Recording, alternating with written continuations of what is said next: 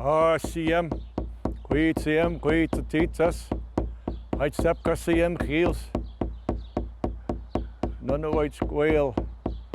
Great Creator, we thank you for coming together. We thank the wisdom of the elders and our teachers. We give gratitude for those who have gone before us and learned the ways. We give gratitude for the wisdom that we can share with each other. We say, Haj Kasiyam. Oh, he, oh, he, oh, hey. Yo, he, ho.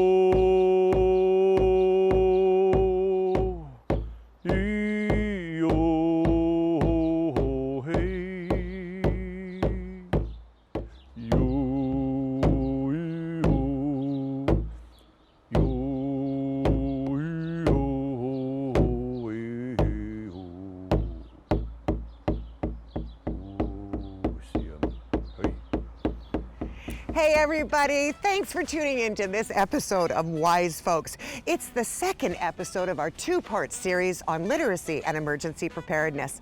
On today's episode, we're going to talk about planning, and making sure that we've made the right decisions in case something happens.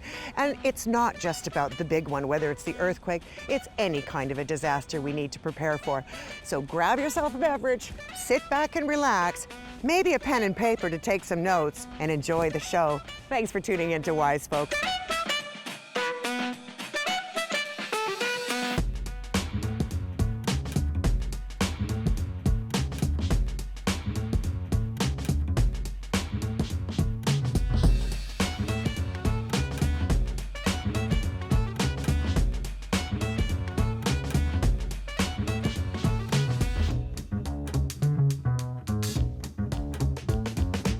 Karen, it's really important that we share information about what it takes to be, emergency prepared in our communities. Tell us about what that looks like for you. Well, we do get a lot of public education. The city of Nanaimo is very focused on individual preparedness within our community. We have identified several hazards in our community that we could experience at any given time, at any given place. These range from your home fire or a house fire, all the way up to what a lot of people associate emergency preparedness with, being the catastrophic earthquake. Yes. So I often will tell people when I'm talking to them is if you prepare and you make your plans and your kits for the catastrophic event, which is the earthquake, then you're prepared for all of the emergencies that can happen in the community at any given time. Yes. What would you consider to be an emergency? What's categorized as an emergency? It's anything that impacts a population that requires response and recovery from the city of Nanaimo. Part of that, what we do is we look at what they call the 4 pillars of emergency management, what are mitigation, preparedness, response, and recovery. Where the general population fits in is on the preparedness portion, as well as response and recovery. Response typically is through our first responders. However, we always say to our community that by becoming prepared, you become part of the solution. You become part of the recovery of the community, and it's so important for our residents to understand the value in being prepared. By being prepared, our community can recover quicker. So what does prepared look like to the average older adult in our community? So what we want our residents, or encourage our residents to do, is to prepare to sustain themselves for a minimum of 3 days. But because we're on Vancouver Island, we want them to prepare for 7 days. Right. This is your basic supply. So it's everything from your meals to water, which is critical. For seniors and vulnerable populations, any medications or special needs that they may have. Because access to what we know day to day, such as stores, such as banks, pharmacies, depending on the scope and scale of the emergency, they probably won't be in place if we see something on a catastrophic level. Right. So having all of those things in place, most of it is you already have it in your home. It's clearly centralizing it into one location so that you can sustain yourself from 3 to 7 days, minimum 3 days, but really recommend 7. When I think about emergency preparedness, I think about, yes, of course, simple things like water, tinned food, an emergency radio, flashlights, all those kinds of things. And a lot of that stuff is available in kit form. Yes. We will be showcasing some of that on this program. But what I'm really concerned about is that older adults in our community who live in apartments, condominiums, or are living on the outskirts of town, there's this expectation that emergency means 911 and immediate service is going to happen. But that's a fallacy, isn't it? What's really going to happen? If we have something that's large or significant, our resources will be strapped. So for your day-to-day emergencies, and we'll use the house fire as an example, which is an emergency for a family or an individual, we have the resources in our community to manage that, to facilitate dealing with the emergency, to help the people out, to guide, to inform. When we start looking at a larger emergency, and when we say large, it could be everything to your earthquake, or it could be an evacuation of a large geographical area in our community, our resources start to become strapped. So then what we have to do is we have to look, there's a system in place with the provincial government where we say we need help. So then that's when we have to reach out beyond. So when people think that they're going to be able to pick the phone up and call 911 and we're going to come like we do on any other day, very efficiently, effective, full response, the reality is if we have a larger event, the phones probably aren't going to work. And the chances of the responders getting there, because we are going to be so stretched thin, are going to be very slim. So by having that preparation done in advance, it allows the local government and it allows the responders to deal with those critical issues and emergencies that are happening within the community, and it moves us further along and gets us to recovery quicker. So it gets the community moving back to, as normal as possible, given what the circumstances are. So prepared isn't just the stuff. No. Prepared is thinking about medications. It's thinking about emergency, or not even emergency, but everyday things like hearing aids, glasses, if a person needs a walker, a wheelchair, any of those kinds of things. A lot of people as an older adult, however, they may not have contacts within their community. Their family might live far away. What could a person do to create connections when they may be lonely or even socially isolated, maybe don't get out as often? What would you recommend people do? Is we really do encourage a buddy system. Yes. And a buddy system is extremely important. Now, I know that there may be some that live in more rural areas, but there's always that neighbor down the road or somebody that they can reach out and connect with just to say, if something's going on, can you check, or can we check on each other? And make sure that we're okay. And then that way, what that also does is, if there was something large or significant going on, there's signs that you can put in your windows that say help or okay. Yes. It allows the responders to look and say, okay, the individual in that home is okay. Or if there's no sign or need help, then that sign's there and the responders will know to go into that location. But having the buddy system allows, it allows us to focus our efforts on the more critical incidents that are going on in the community. And it also gives the buddy system allows for an outlet for each other. So that if somebody can't speak for themselves, they may know the kit is in this location, or their information is in this location, or this person is, they can't see, or there's a language barrier, or they don't have family here that can help them. And it can be that other voice. And I think that's very important to do. And we really recommend that with seniors and with those that are possibly living more in rural areas. Oh, thank you so much, Karen. That was incredible information. And now I've got an odd question for you as we close out, because Abigail, who's one of our favorite segments to the show, is going to be checking out on what superheroes look like to some of the older adults. Who's your favorite superhero? Oh, who's my favorite superhero? I'd have to say Wonder Woman. I had a feeling.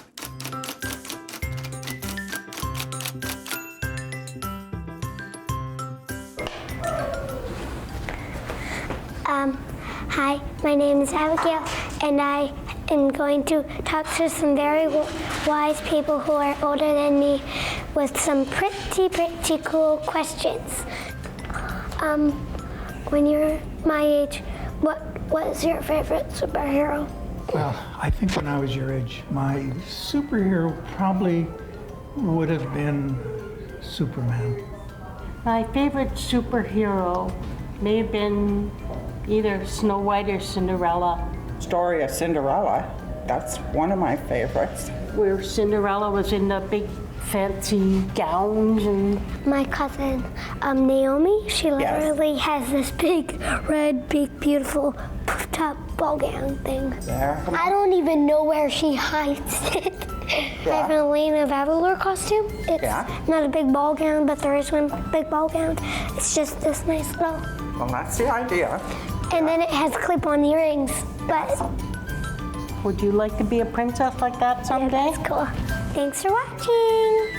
Bye.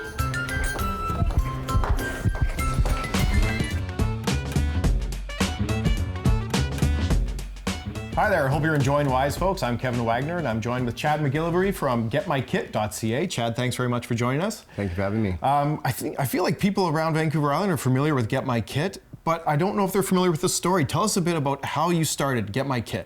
Definitely. So GetMyKit is an island-owned and operated company. I started this company in 2016. I read an article about a 9-year-old boy in Japan that was left alone, trapped in his apartment for 6 days. I have 3 small children, a 9-year-old, an 8-year-old, and a 6-year-old, and I decided at that moment it was time to get prepared. So I got in my truck and I drove to Walmart, Costco, Cabela's, Home Hardware, and nowhere sells this 72-hour bag that every level of government recommends us to have. So I started to build my own, and when family and friends heard about it, they'd asked me to build them one, and the light bulb went off, and it kind of just grew from there, and here we are a few years later, and we supply earthquake and emergency kits to Canadians all over the country. And that's what it is. We think of it as an earthquake kit because that's a reality living on Vancouver Island. It is a 72-hour survival kit, essentially. Right, yeah. So the main thing with becoming emergency prepared, whether you're in an active earthquake zone or whether you're in the interior where we have wildfires or on the East Coast with hurricanes, it doesn't matter. You can't get distracted with becoming emergency prepared. No matter where you are, the main thing to be concerned about is to be self-sufficient for 72 hours. So have a grab-and-go bag that has food, water, shelter, communication, and first aid are the main components that you should have. Okay, and I understand you have kits for households depending on how many people might be living in the household, but we have kind of a basic standard kit and some of the items that I think are here behind you. You're going to kind of give us a walkthrough of what's included in a standard kit. Definitely, yeah. So GetMyKit makes 2 different kits. One we call a basic kit, which adheres to the provincial standards of really what you should include in your kit. And then we have one called a deluxe kit, which adds some heating and cooking and body warmers and some other comfort items. A little bit more comprehensive, some of the stuff you might want, but if you just want to meet the standards of what the province recommends, our basic kit has you covered. Well, now Chad is going to give us a bit of a rundown on one of the kits from GetMyKit.ca. And I think, Chad, when people think of emergency kits and emergency preparedness, we primarily think of food and water, and I think that's precisely where your kit begins. Definitely, it certainly does. So inside of all of our emergency kits, we include a 3,600 calorie food bar. It looks and tastes like a giant shortbread cookie. Inside, there's 9 individually wrapped bars, breakfast, lunch, dinner. This is enough food nutrition to help you survive 3 to 5 days for one adult with a 5-year shelf life, making it super convenient. Okay. On top of having the food with a 5-year shelf life, the water packets also have a 5-year shelf life. These are made in Florida by a company called SOS Food Labs. The best part about it is that they can withstand extreme temperatures. So this can be in your trunk of your car or in your home and hit 100-degree heat and not be contaminated because of the way that it's packaged. Unlike a bottle of water, if it's left in the sun in your car after one day, it's not recommended to drink it. Right. We include 24 packages, so this is a 2-person kit on display. We include 24 packages of water in there for those 2 people. And on top of that, we also include water purification tablets, which is really important. So building a kit or buying a kit, this is something that you really want to have in there. And these 20 tablets will purify 20 liters of unsafe drinking water. So the back of your toilet seat, your hot water tank, the river, the lake, whatever it is, you put the tablet in, shake it, wait 30 minutes. There's instructions inside here. In all of the products, obviously in this kit, there's instructions, but instructions on how to purify that water. Very, very important component of this kit. Sure enough, that's interesting on the food and the water side. And then I think the third component we often think of is food, water, we think then shelter as well. And I see that we have a shelter included in the kit as well. Definitely, we have a shelter included in the kit. Let me tell you, this is not the Hilton Hotel. This is emergency shelter. But if you've been displaced from your home and looking around at what some of your neighbors have not done to get prepared, you're definitely going to feel like you're staying at the Hilton. It is very simple to set up. Their instructions are on the back, and it is a key component of our emergency kit here. Yes, for sure. And the other thing I have to ask, because I'm highly curious. I think you commented on this earlier off camera. There was this item here looked like just kind of a simple radio, but it's much more than that. 100%. So this is a crank flashlight and radio, which some of the viewers probably have seen and you've probably seen before as well. Sure. But on top of it being a crank flashlight radio, it's also a cell phone charger, and it's also solar powered. So you're able to put this in the direct sunlight and charge your cell phone all day with no batteries. Right. Or run the radio all day with no batteries. On top of that, when you take it out of the direct sunlight, it also has a lithium battery in here that holds a 2-hour charge. So once you bring it into the house, you can still use it for all the different functions that it has.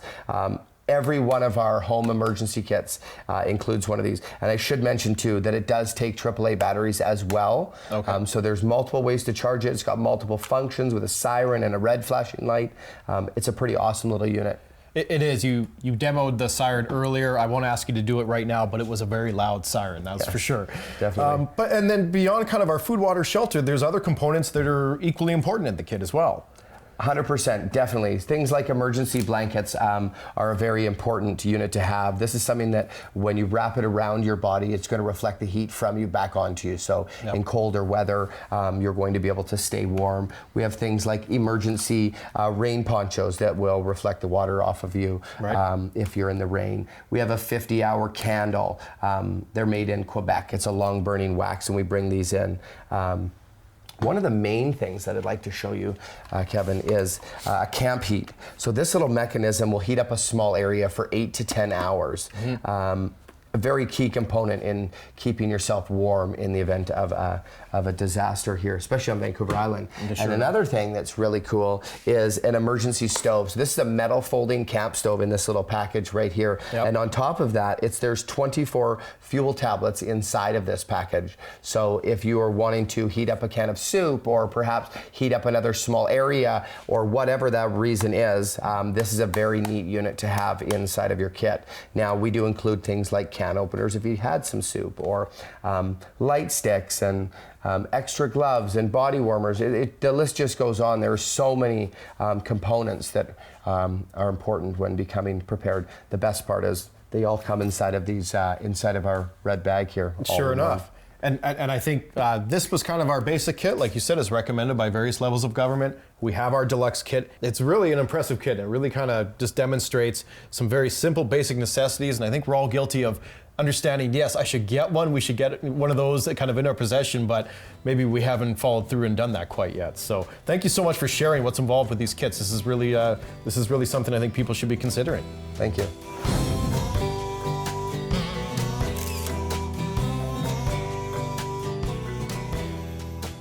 Are you prepared like for a natural disaster? Do you have any preparations in mind?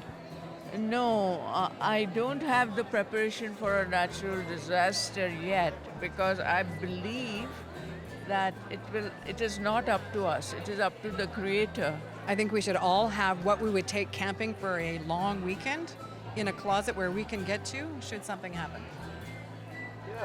Yeah. Do you have such thing for yourself? I do. Okay. All my camping gear is in the closet in my office. Okay. So, 'cause if it was outside in my storage room and I couldn't get to my storage room, I'm pooped. So I heard that you have to have it accessible to you. Are you prepared in case something major happens? You mean in our home? And you have natural disasters. Yes. How are you prepared? Yes, we're prepared. Well, we have extra water and a pantry full of food and medicines for a month at least.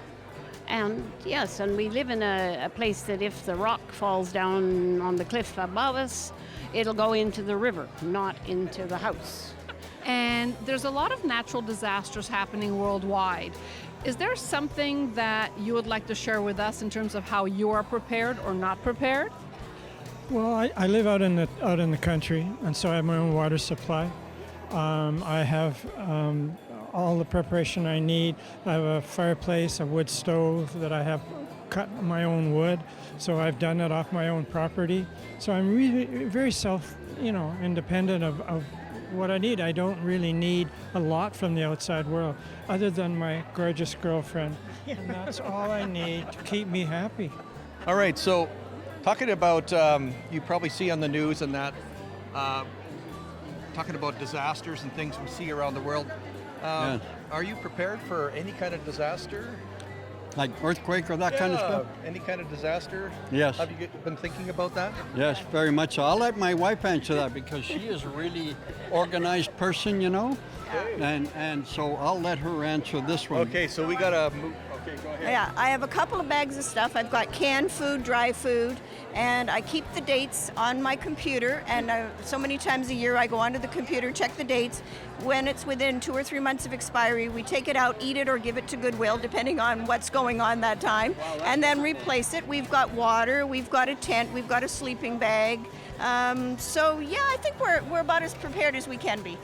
So out of the two of you, who's more prepared? You, the male, or of course you, the female? Who do you think is better prepared? I think we're both well prepared. Like I said, we've got a pantry full of food, lots of water, and we have 2 safety kits, and we have a fire extinguisher. So we think we're well prepared. Well, Dan, what I'm finding out here is we should get all these people that are prepared, we should get their addresses so we can go and stay over at their place. I totally agree. Because I'm not really prepared. Oh, I was going to ask you that too. Yeah, not really. I already told you. It's just the toilet paper that I have. Sorry. So you bought a first aid or an emergency prepared kit? Yep.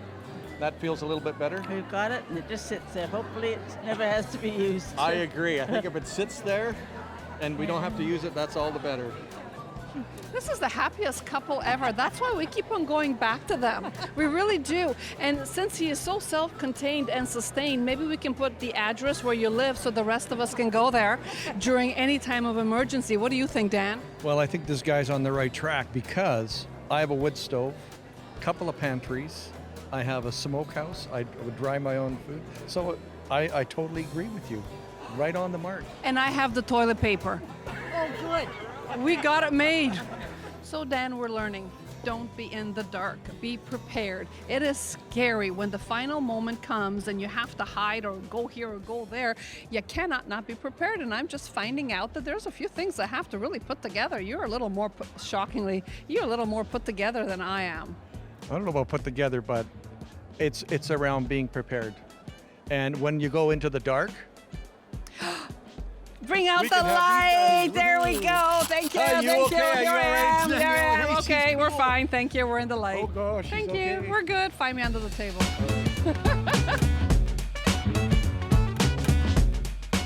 Well, there you have it, another episode of Wise Folks. Vancouver Island, you should now be well prepared in the event of an emergency. We're so glad that you tuned in. And no matter where you're watching this show from, those points and ideas will be beneficial, I'm sure.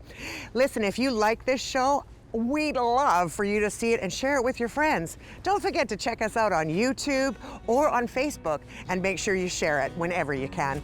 Thanks again for tuning in. We'll see you next time on Wise Folks. I walked with the world for a many a mile. Life was fun for a little while. As I got older, how could I smile? How could I be happy for long? I met a wise folk the other day, told me to live in a happy way. Now I'm walking in the good old way, and I'm greeting life with a song.